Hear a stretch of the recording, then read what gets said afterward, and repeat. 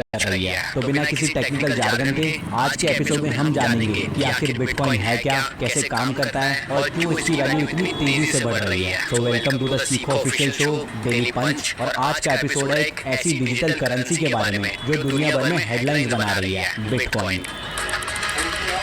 सबसे पहले बिटकॉइन को समझना जरूरी है। बिटकॉइन एक डिसेंट्रलाइज्ड डिजिटल पैसे की तरह है जो 2009 में सतोशी नाकामोटो नाम के एनोनिमस इंसान या ग्रुप ने बनाया था। हमारे रुपए को इंडिया का रिजर्व बैंक और गवर्नमेंट कंट्रोल करती है। इसके अपोजिट बिटकॉइन का कॉन्सेप्ट ये है कि इस पे किसी भी सेंट्रल बैंक या गवर्नमेंट का कंट्रोल नहीं होता। बिटकॉइन को बनाया ही इसलिए गया था ताकि अपने ट्रेडिशनल बैंकिंग सिस्टम को बदला जा सके। तो बिटकॉइन आखिर काम कैसे करता है? बिटकॉइन एक टेक्नोलॉजी पर बेस्ड है जिसे ब्लॉकचेन कहा जाता है। सिंपल भाषा में समझाऊं तो जैसे आपके बैंक का एक नेटवर्क होता है, उसमें आपके पैसे ऑनलाइन दिखते हैं, आप पैसे ऑनलाइन ट्रांसफर करते हो, उस नेटवर्क को आपका बैंक ही चलाता है और बैंक ही मेंटेन करता है, इसलिए इसको सेंट्रलाइज सिस्टम कहते हैं। वैसे ही बिटकॉइन का भी एक नेटवर्क है, लेकिन बिटकॉइन के केस में क्या होता है कि वहाँ रुपयों के बदले बिटकॉइन एक करेंसी के रूप में होती है और उस नेटवर्क को कोई बैंक या ऑर्गेनाइजेशन नहीं चलाती। उस नेटवर्क को आप और हम जैसे हजारों लोग मिलकर चलाते हैं। बहुत सारे लोग अपने कंप्यूटर्स की पावर और इंटरनेट को यूज करके बिटकॉइन का एक सॉफ्टवेयर चलाते हैं। इससे बिटकॉइन का नेटवर्क चलता रहता है और उसमें ट्रांजैक्शंस होती रहती हैं। इस सॉफ्टवेयर चलाने के प्रोसेस को माइनिंग कहते हैं। लेकिन अब सवाल उठता है कि कोई अपने कंप्यूटर की पावर और इंटरनेट क्यों देगा? तो देखो, जब भी कोई बिटकॉइन माइनिंग करता है तब उसे बदले में बिटकॉइन रिवॉर्ड की तरह मिलता है। अगर आपको याद हो तो बिटकॉइन की शुरुआत में उसकी कीमत सिर्फ कुछ पैसे हुआ करती थी।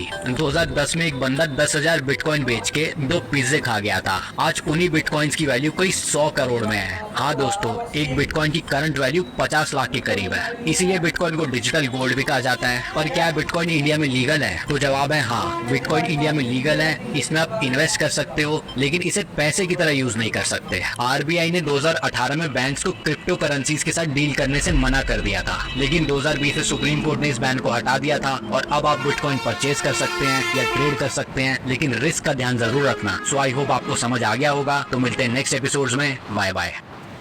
2018 की एक सुबह, दिल्ली का बुराड़ी इलाका।